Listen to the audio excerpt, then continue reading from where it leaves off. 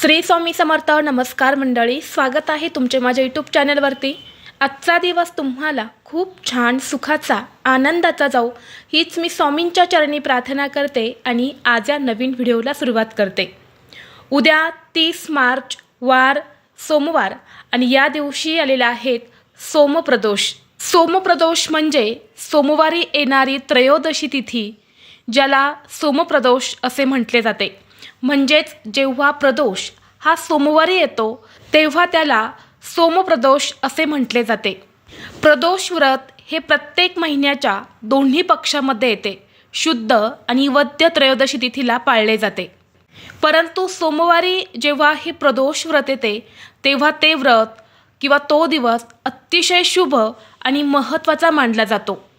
सोमप्रदोष हे व्रत इच्छापूर्ती, उत्तम आरोग्य, सुख शांती आणि दोषमुक्तीसाठी केले जाते. आणि म्हणून अनेक जण सोमप्रदोष व्रत जे आहे तर ते आवर्जून करत असते. या दिवशी प्रदोषकाळी म्हणजे सूर्यास्ताच्या वेळी शिवाची पूजा, उपवास आणि बेलपत्र अर्पण करणे अत्यंत शुभ मानले जाते. जर आपण सोमप्रदोष व्रत केले तर सर्व दोष नष्ट होतात आणि भगवान शंकरांच्या कृपेने जीवनात संपत्ती व समृद्धी येते. या सोमप्रदोषच्या दिवशी साक्षात भगवान शिवशंकर आणि माता पार्वती हे पृथ्वीवरती आपल्या भक्तांना आशीर्वाद देण्यासाठी येत असतात. आणि म्हणून या दिवशी व्रतासोबतच काही प्रभावी उपाय आणि सेवासुद्धा केल्या जातात. आज व्हिडिओमध्ये मी तुम्हाला एक अतिशय प्रभावी असा उपाय सांगणार आहे. तर आपल्याला उद्या सोमवारी या सोमप्रदोषच्या दिवशी तुम्ही उपवास नाही केला तरीही चालेल, पण एका ठिकाणी एक दिवा हा आपल्याला आवर्जून लावायचा आहे. जर आपण हा दिवा या ठिकाणी लावला तर जीवनातील सर्व शत्रूंचा नाश होईल. शत्रू तुमच्यासमोर लोटांगण घालेल. 7 पिढ्यांचे दारिद्र्य नष्ट होऊन घराची खूप भरभराट होईल.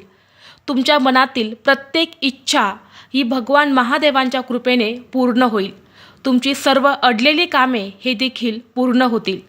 घरात सुख, शांती, समृद्धी, ऐश्वर्य नांदू लागेल.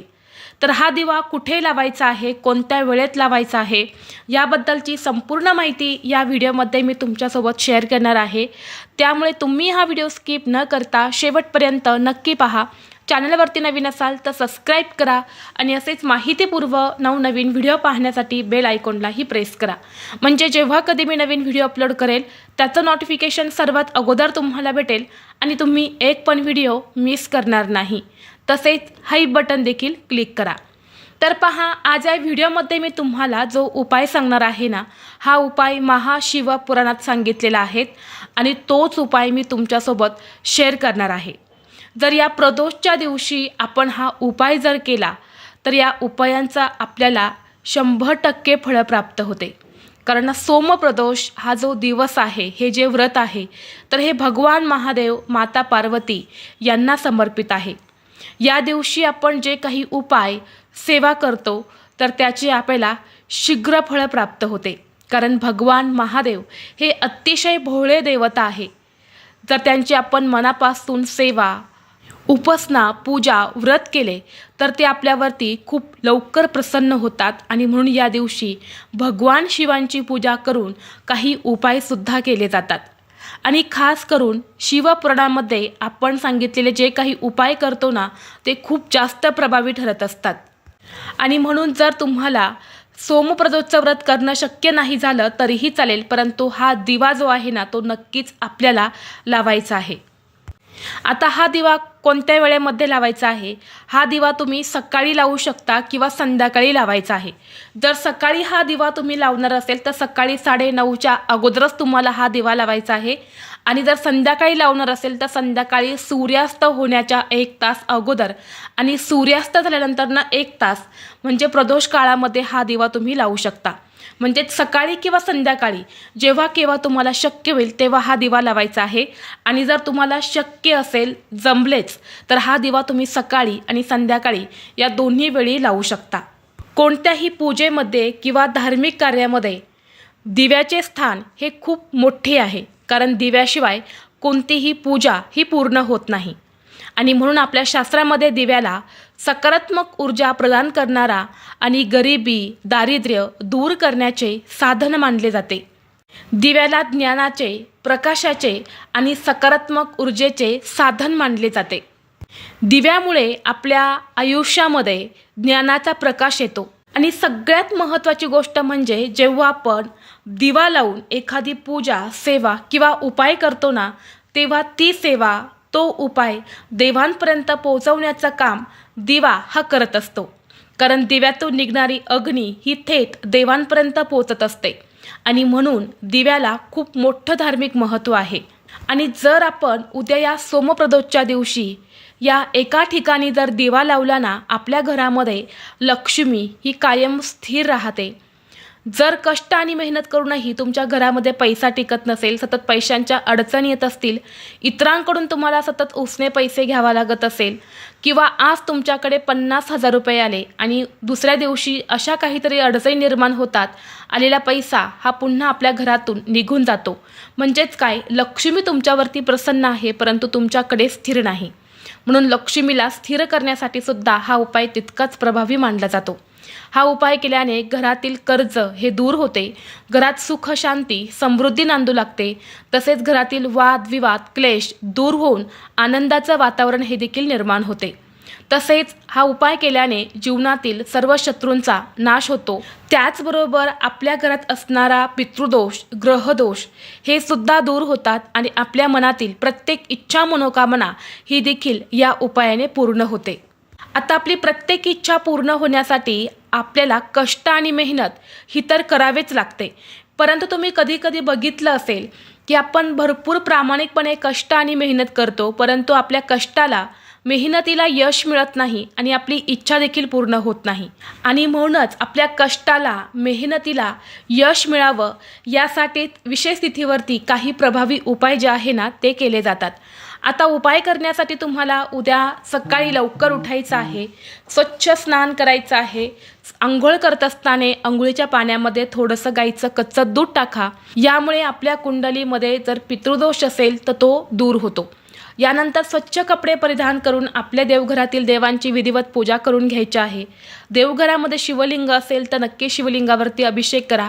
बेलपत्र, पांढरी फुलं, चंदनाचा टिळक किंवा भस्म तुम्हाला लावायचा आहे. धूप, दीप, अगरबत्ती लावून तुम्ही वातावरण हे प्रसन्न करायचं आहे. आणि यानंतर लगेच तुम्ही हा उपाय केला तरीही चालेल किंवा संध्याकाळी देखील करू शकता. आता उपाय करण्यासाठी तुम्हाला थोडंसं गव्हाचं कणिक मळायचं आहे. गव्हाचंच कणिक तुम्हाला घ्यायचं आहे. ताई, गव्हाचं कणिक मळायला शक्य नाही, मग मातीची पंती घेऊ का? तर नाही, तुम्हाला गव्हाचंच कणिक मळायचं आहे. कणिक मळताना त्यामध्ये थोडीशी हळद टाकायची आहे. थोडासा पिवळसा रंग येईल एवढी हळद टाकायची आणि त्या गव्हाचं कणिक मळून त्या कणकेचा तुम्हाला एक पंचमुखी दिवा बनवायचा आहे. म्हणजे 5 मुखी, 5 दिशेला 5 वाती येतील अशा पद्धतीने पंचमुखी दिवा तुम्हाला तयार करायचा आहे. थोडा मोठा दिवा तयार करा, म्हणजे त्याच्यामध्ये जास्त तूप किंवा तेल बसेल, म्हणून थोडासा मोठा दिवा बनवायचा आहे.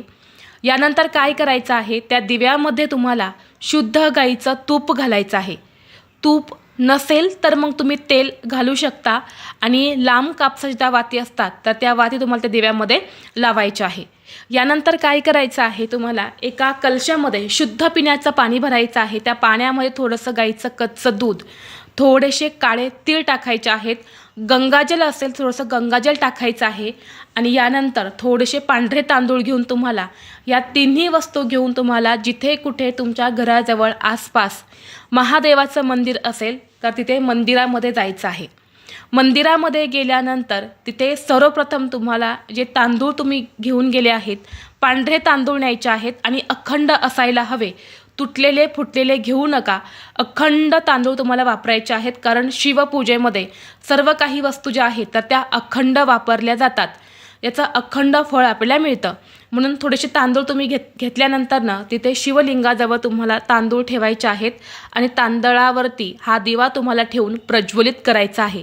तसाच जमिनीवरती तुम्ही दिवा ठेवू नका, नाहीतर आपण केलेली सेवा, उपाय ही धरणी मातेला समर्पित होते.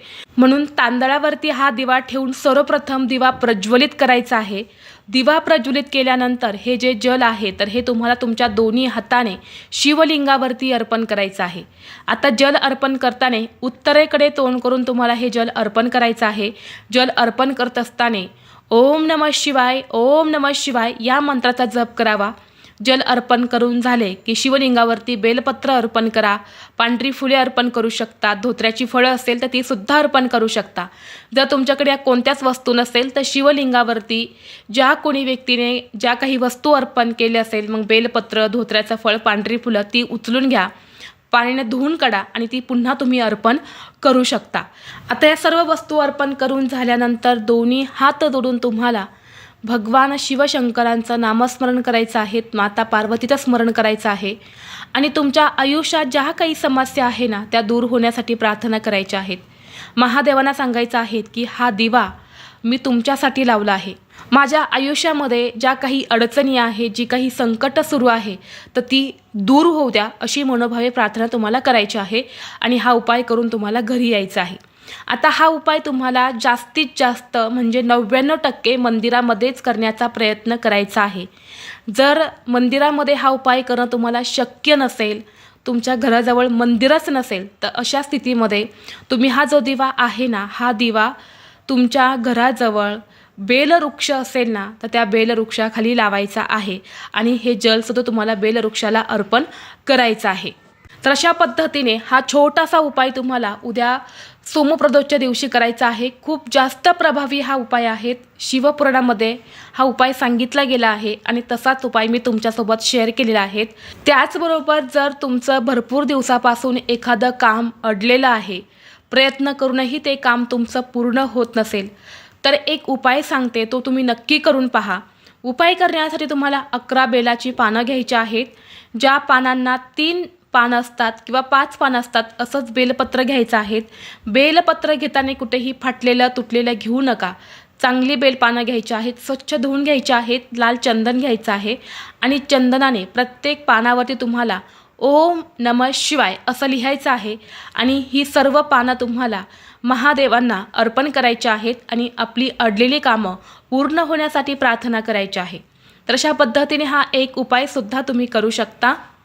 त्याचबरोबर या दिवशी ओम नमः शिवाय, ओम नमः शिवाय या मंत्राचा जास्तीत जास्त जप करावा। तसेच शिवचालीसा पाठ करावी, कालभैरव अष्टकमचं पठण करावं। या सेवा ज्या आहेत तर त्या खूप जास्त प्रभावी आहेत। या सेवा केल्याने सुद्धा जीवनातील अनेक समस्या या दूर होतात। तर ही अत्यंत महत्त्वाची माहिती मला तुमच्यापर्यंत शेअर करायची होती। व्हिडिओ तुम्हाला आवडला तर लाईक करा, चॅनलवरती नवीन असाल तर सबस्क्राईब करा आणि हा व्हिडिओ आपल्या मित्रपरिवारासोबत जास्तीत जास्त शेअर करा। चला तर मग भेटू असंच पुढल्या एका नवीन व्हिडिओमध्ये। तोपर्यंत सर्वांना श्री स्वामी समर्थ।